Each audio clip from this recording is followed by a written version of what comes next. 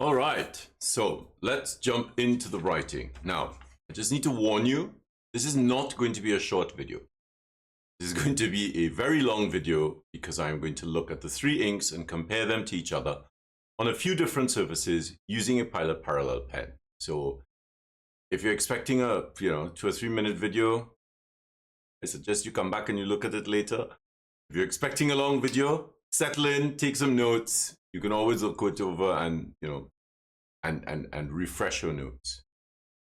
So now what I've done is I only have one 4.5, which I've been using to build my textualis quadrata handout and worksheet. But I have a couple 3.8.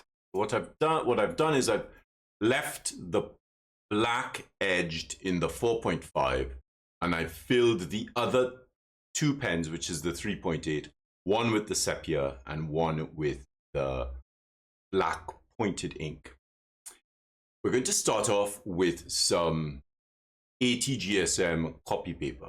Now, this is really interesting because I found with the copy paper that I was able to write on it with the black inks and it didn't bleed, but I wanted to show you it with the sepia. The sepia doesn't work as well because the properties are different. Remember, black is the most stable ink. So if you're practicing, I always tell my students, don't practice in color. If you're practicing in color, the inks are more fugitive, they're more problematic. Use black because it's more stable and you can see what the letters are. Now, I know the sepia is brilliant, but it wasn't made to work on copy paper. And to tell you the truth, the blacks weren't made to work on copy paper either, but they do because they're so well made. But instead of telling you what they can do, I also want to tell you what they cannot do so that you're not wasting money on things. Right. So now the copy paper I'm using is the Navigator copy paper, which is Navigator Worldwide ATGSM. So I'm actually going to show you the whole process, the ruling up and everything. So so you know that I'm not tricking you, obviously. You know that I would never do that. Right, so it's quite bright because obviously, you know, the paper and the reflection and everything. Let's zoom out a little bit. Okay, so one of the good things to note here is this. This is the color of the sepia. Now, when you look at this, you can see tones of green, bits of yellow and brown. And this is what I specifically requested from Hamburg when we were making these inks, especially the sepia. I had seen something in a manuscript, as I've said in one of the earlier videos, I'd seen something in a manuscript in the year 2000 in the archives in Zurich. And inside of this manuscript on paper was a beautiful dark brown sepia, but also inside the manuscript was this sort of brownish, yellowish, greenish color, and I absolutely fell in love with it. Somebody wrote on one of the posts that I did that it's such a complex color. They were writing with it and they said it felt like I was using an ink out of an old manuscript. It's so complex, it's so layered, and I'm very, very happy with how it's come out. So putting it onto a piece of tissue paper really helps you. This is kitchen roll, really helps you to see what the chroma is. So it separates out like chromatography, and you really get to see some of those underlying tones. Now I'm going to use my lining template. Maybe I'll switch the slide off while I'm doing it. Ah, that's better. I'm going to use my lining template and a 0.3 millimeter Pentel mechanical pencil. So now I've lined it up. I've lined it up to the end of the pad.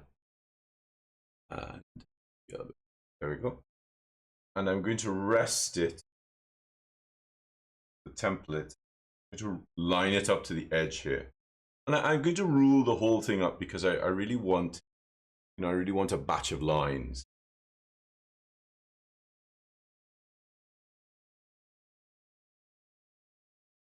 So if you're interested in getting the template, head to my website, which is PAScribe.com. And on the website, go to products. And if you go to products, you'll see a list of stockists of people around the world who have it. So by all means, contact them and get your templates from there. So look, I can rule up a sheet of A4 in no time. Now, I also might do some writing at an angle. Let's add a 55. Get some screws. So these are my anchoring pins.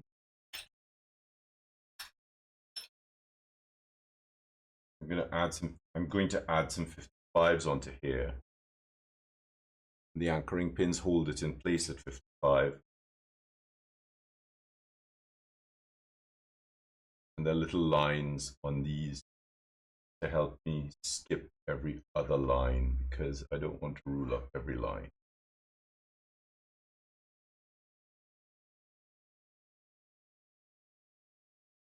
So of course you could choose any other angle. I should have chosen 45 because I'm going to be writing with a broad edge nib.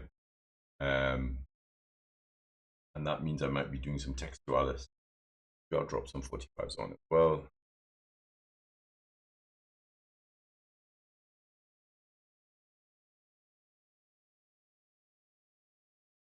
And let's drop some 45s on as well.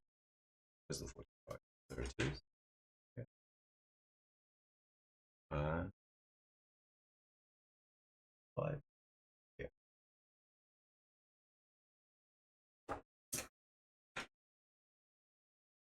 So I'm using a Canson Marker Pad. I will use a Canson Marker Pad. It's just underneath this.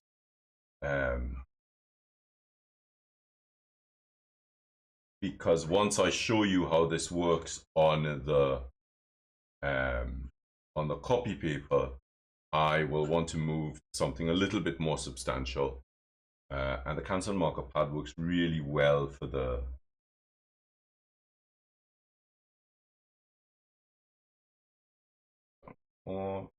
I'm just lining up the lines so that they go across the properly.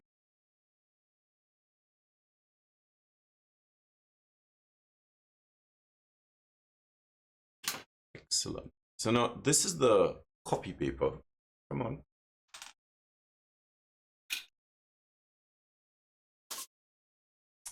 So let's look at what's going to happen here.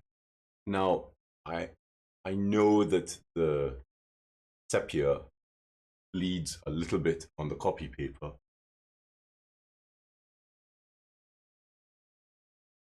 Try this light lower.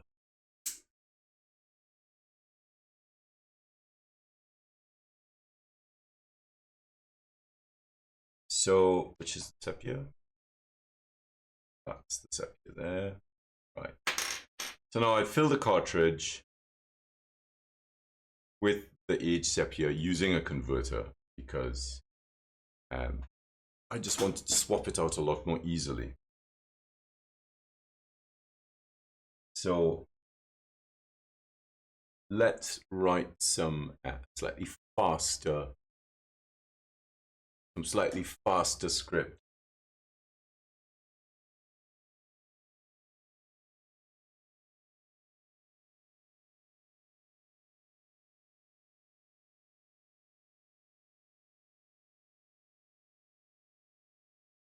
One, 2, 3, 4. Okay, I'm going to go at the top.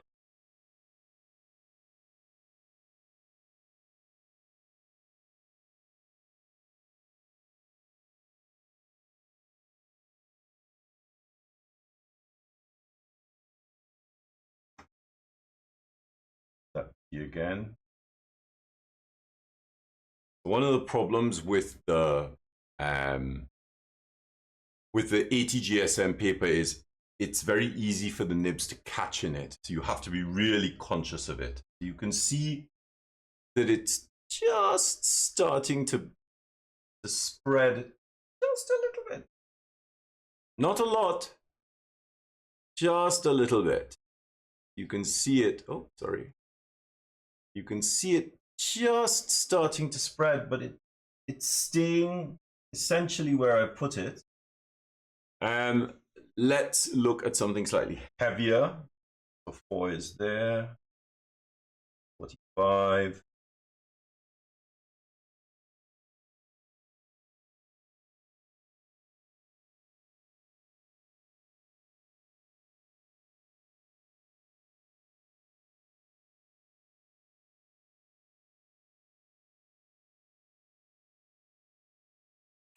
And let's do a little bit of fraktur, which is taller. So it would be, that is 4, 5, 6.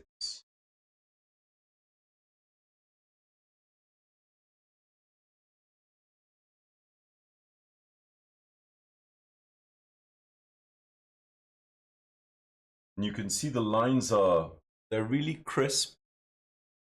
It's not bleeding a lot.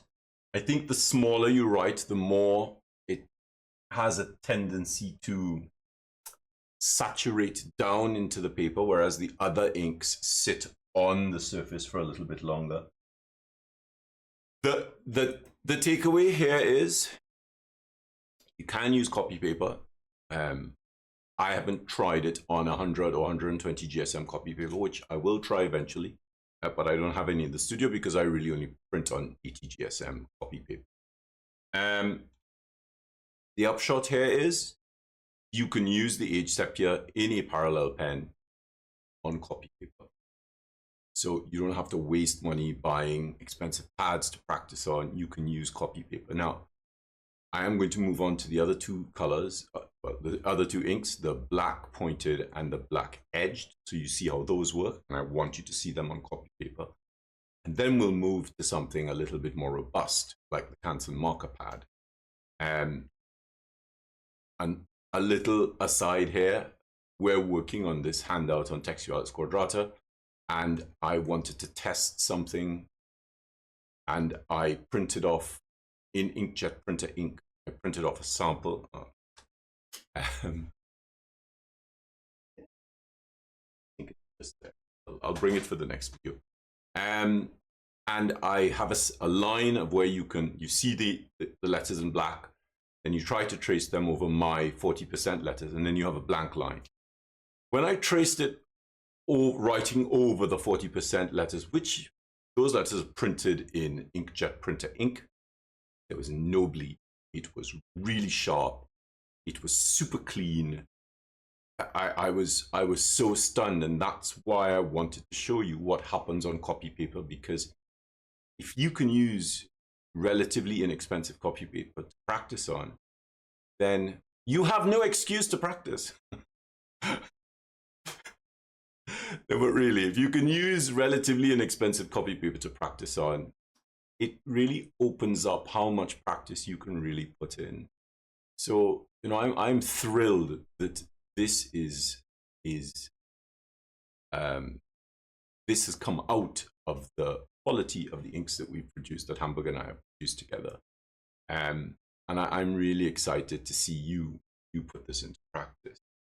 So now I'm not going to cut this video up into sepia and black and the blacks. I want you to have all of this in one video, even though it's a long video. So we're already at 14 minutes. So let's go back and look at it. So it's settled. It's not bled. There's no bleeding. No bleeding at all, actually. There was a little bit of spread and feathering, but the ink has fallen back into itself rather than spreading outward from the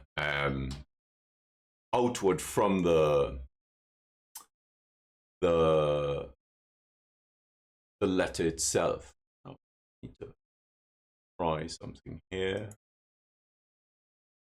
So I am filming this in both portrait and landscape, and it's not the easiest thing to get these to work together. Oh, there it is. Well, my hand looks a little bit green, but you know what?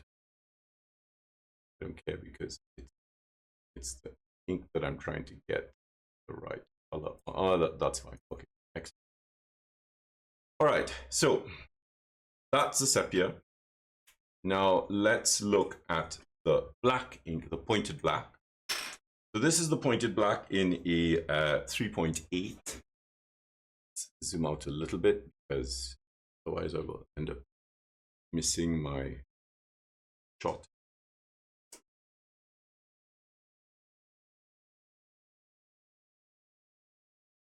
So it's very clean and sharp and fine.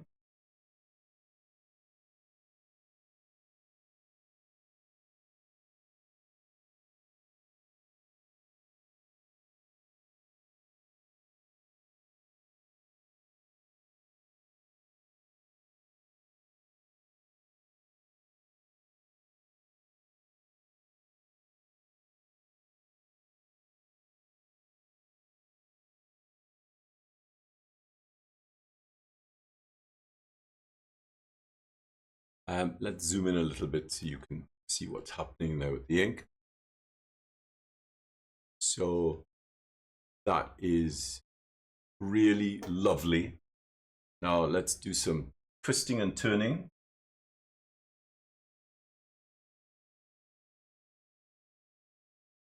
And let's try some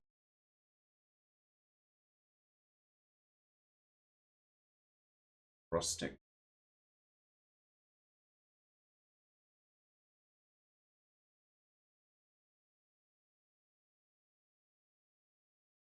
So it's a really sharp, fine ink, and let's do a little bit of fishtailing to see what will happen. Really super fine hairline there. And a really super fine hairline there. And zero bleed. Zero bleed, zero shift. It's really just sat there, sat exactly where I put it. Always higher. That's here. 1.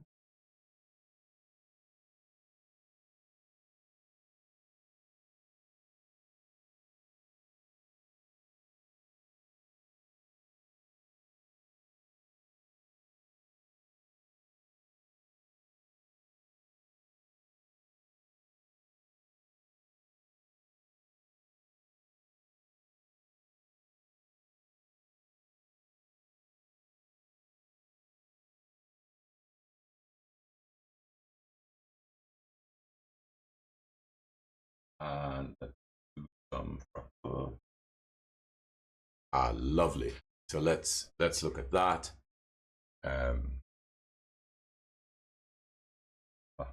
1, 2, 3, and 4. Really super fine hairline there.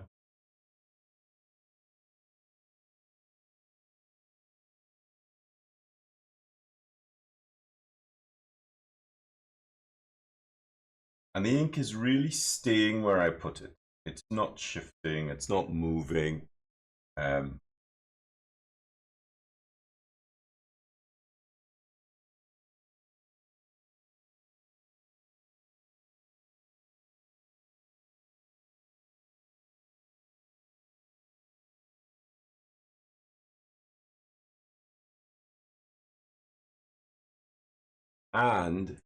I've gone over myself.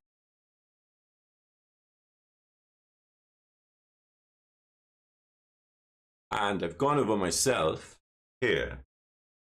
And it's not, it's pulled a little bit on the paper, but it's not bled. What's happening behind it? No problem. The sepia has sort of come through a little bit, but it's not bled out onto the page behind it. So of course, if we did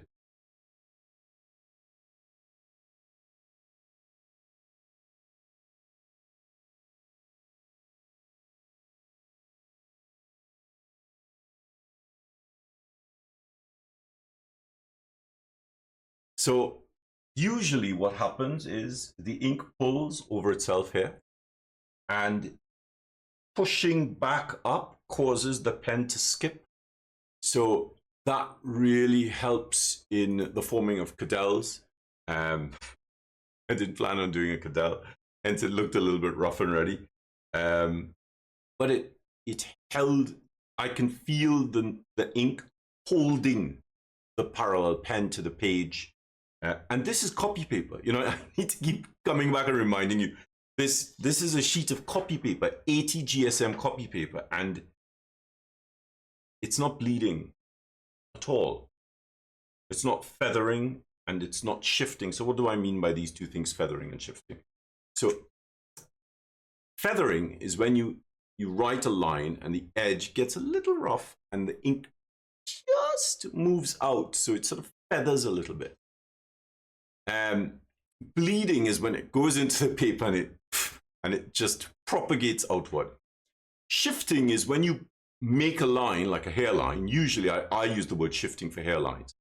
You make a hairline and the hairline just spreads, because it doesn't spread, it doesn't bleed, it just drops into the paper and it moves a little bit laterally on both left and right.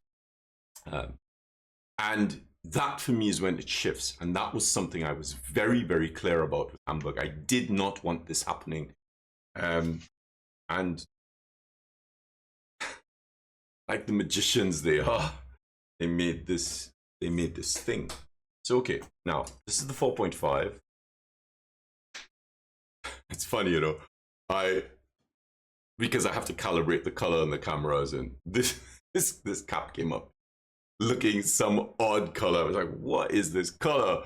And so I basically used the color gradient in the software to try and get this cap to the right color.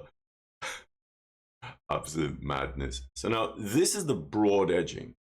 So remember, the sepia and all the three inks have varying components of dyes, pigments, binder, a binder, and a carrier.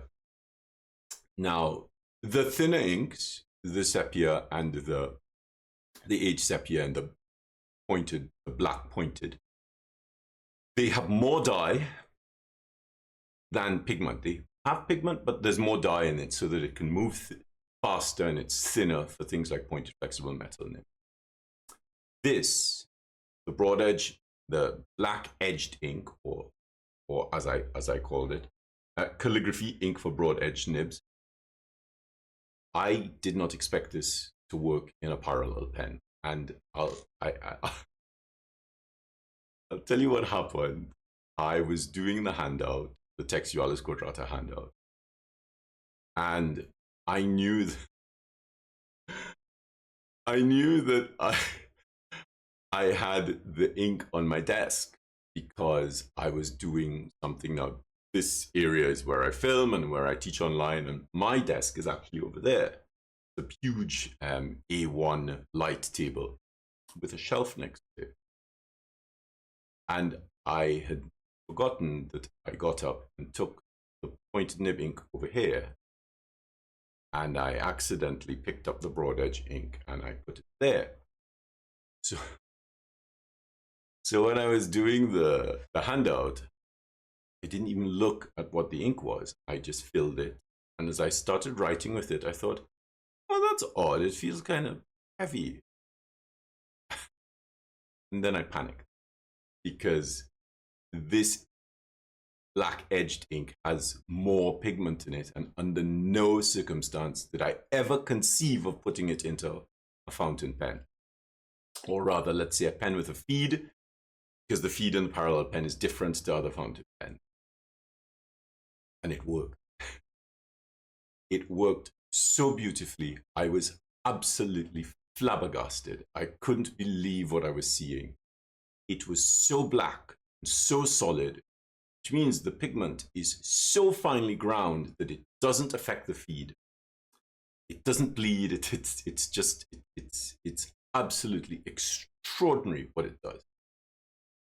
So that's what made me think I need to make a video showing about these parallel pens and how they work. So, you know, I'm waffling on because I'm still in shock about it. So this is the, sorry, let me just zoom out on the two cameras. This is the broad edged black ink. So now you can see, where is it? Oh, this is a good comparison. What are you? You can see that the solidity is very different. This is much thinner, this is much thicker.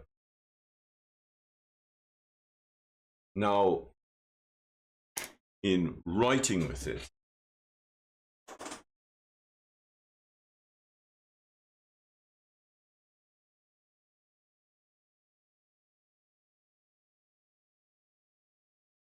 you need to get it flowing a little bit.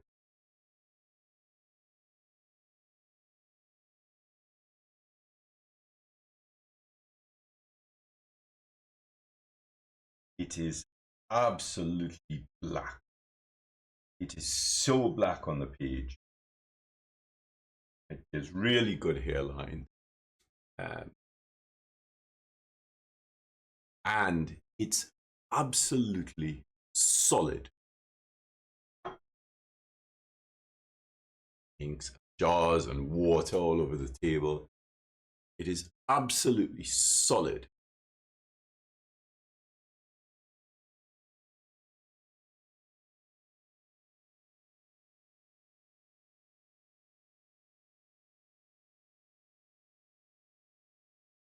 Right, there's a quadrant. What I want you to look at is, look at the sharpness of the quadrant. It's like writing with gouache.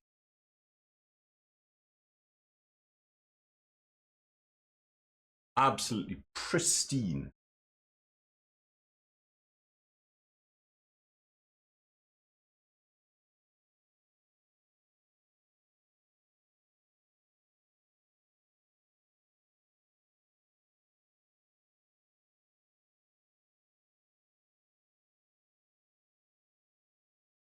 And let's try a little fishtail.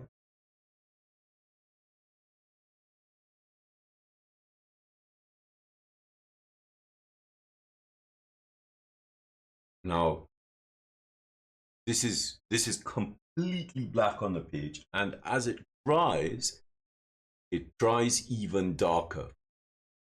So just remember, this is on this is on 80 GSM copy paper.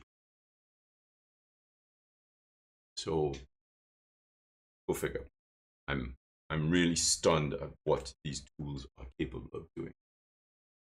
Now I'm going to rule up Canson Marker Pad. So there's my Canson Marker Pad. So zoom out a bit.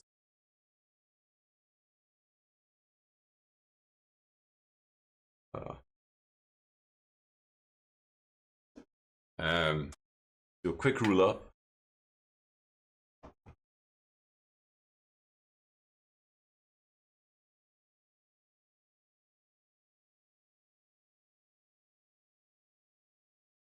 So we're going to rule up. I'm just going to use the template as it is because I don't really want to go through the hassle of ruling at different heights.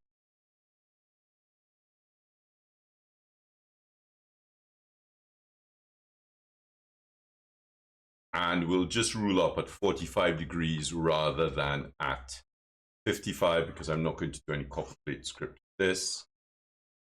I will do that on using some other fountain pens. So please make sure you look at those videos as well. Where's the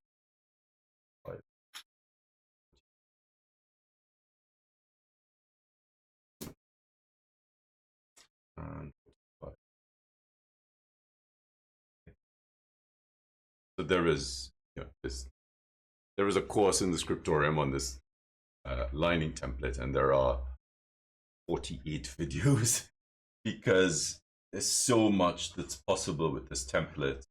And as you can see, it rules up lines super quick. It it makes very quick work of an A4 or US letter size pad.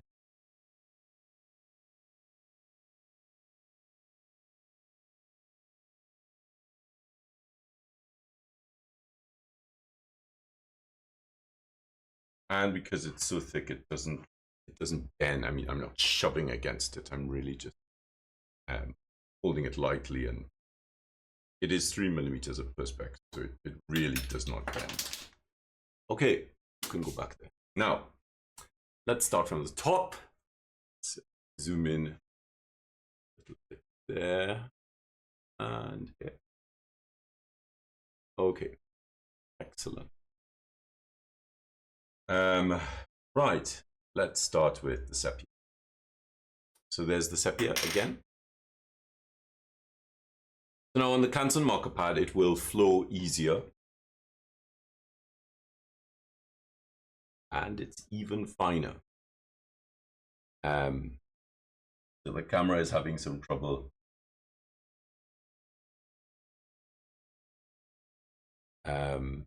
picking it up. Let's zoom in because you're not really benefiting from the fineness of this line. So the line is getting darker, and as it gets darker, it's a little bit more visible, but it's super thin.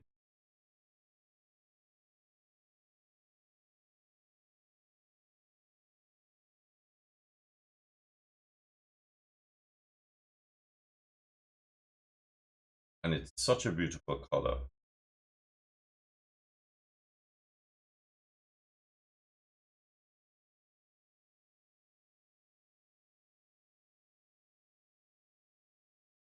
Now, one of the things that came out of the research for this, once I got the inks, was this.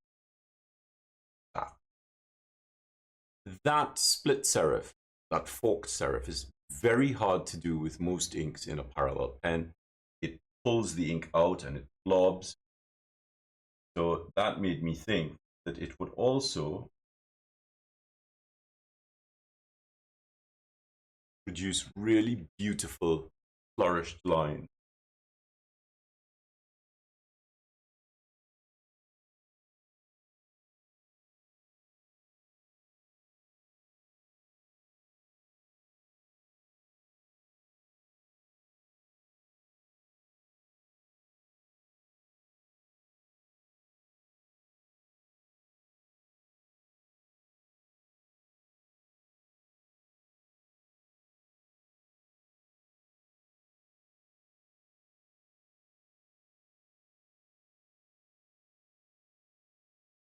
So it's gone over itself, no bleeding, differential deposition of pigment, but pushing back on it is not a problem. And look at that hairline. Let's try a little bit of fish stealing. Get a little bit lighter on that.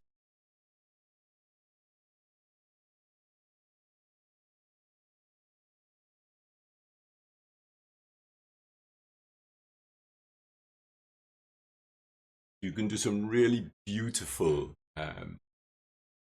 decorative elements with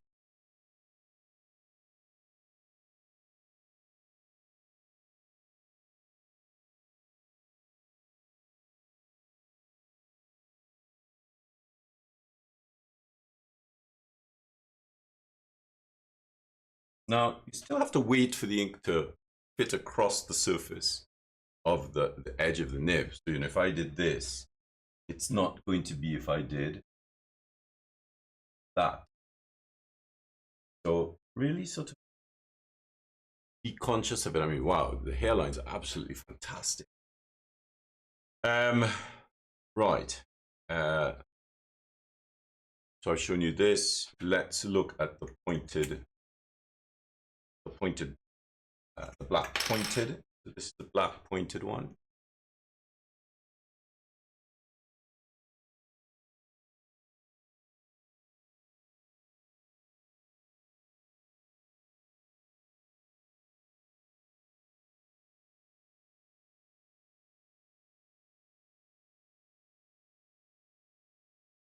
It's really solid.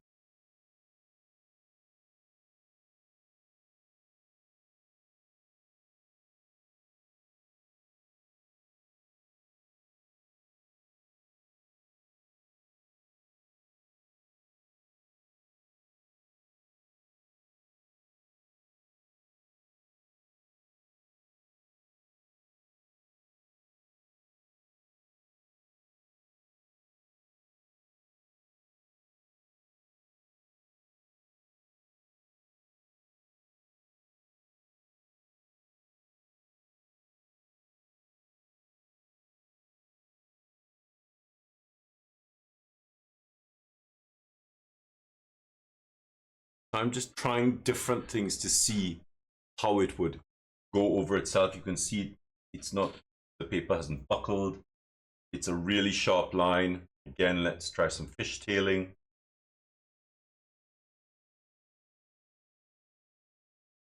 It's really smooth.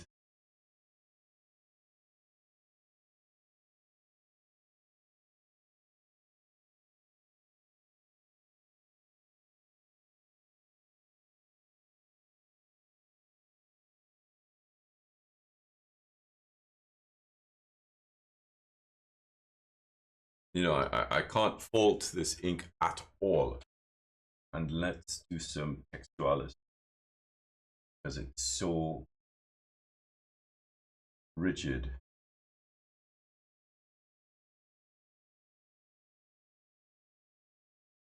I'm looking at the overlapping. The ink is not. If we go back to this, you can see usually in textualis, when you have, or usually in any script, when you have an overlapping like so, this triangle is considerably darker, and you can just see the triangle there. So if you're doing some quadrata, textualis quadrata, and you're putting in hackles to the letter, once it dries, it won't really show up with too much color differential. And it manages some very good twisting and turning. Now let's try it with the black edged ink. There's the black edged ink. I'm just going to clean that a little bit, just to keep the edge clean. I've wiped off any excess ink there. And as I'm at the end of the pad, I've just put a pad down here to rest my hand on.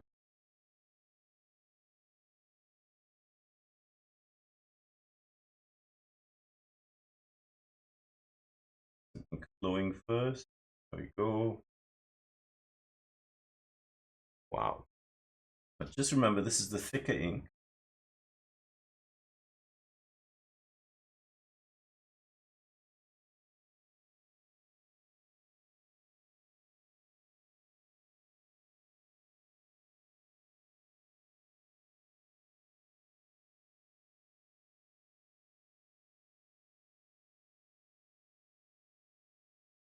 So we're using a combination. So let's 1, 2, 3, 4 is higher. Quadrant, nice and sharp. Downstroke, quadrant, quadrant, hairline, and let's try a 8 lozenge, downstroke, quadrant, and flourish, twist from side to side. So that's held up quite nicely. Let's also try some fishtailing. And let's get a nice hairline. And but I hope you notice I turned the pen over.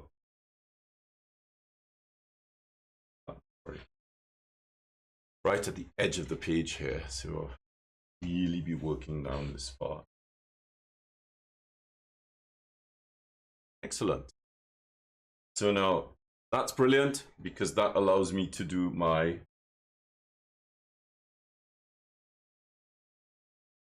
italic M with some really beautiful twists and turns. Now, what I'm not doing is I'm not using a lot of my skill to do these things. I could do this with lots of other inks, but I would really have to apply my skill to it and my knowledge.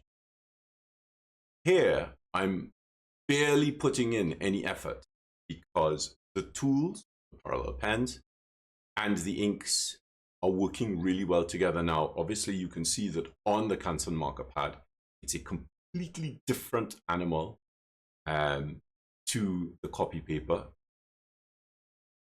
There's so much more that's possible on it, but it's not to say that the copy paper is a waste of time. You know, I'm just looking at it again, and the inks are quite substantial. Don't take my word for it.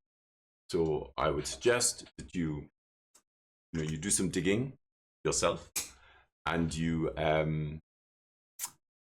print some stuff off and you try it. Let me see that file here.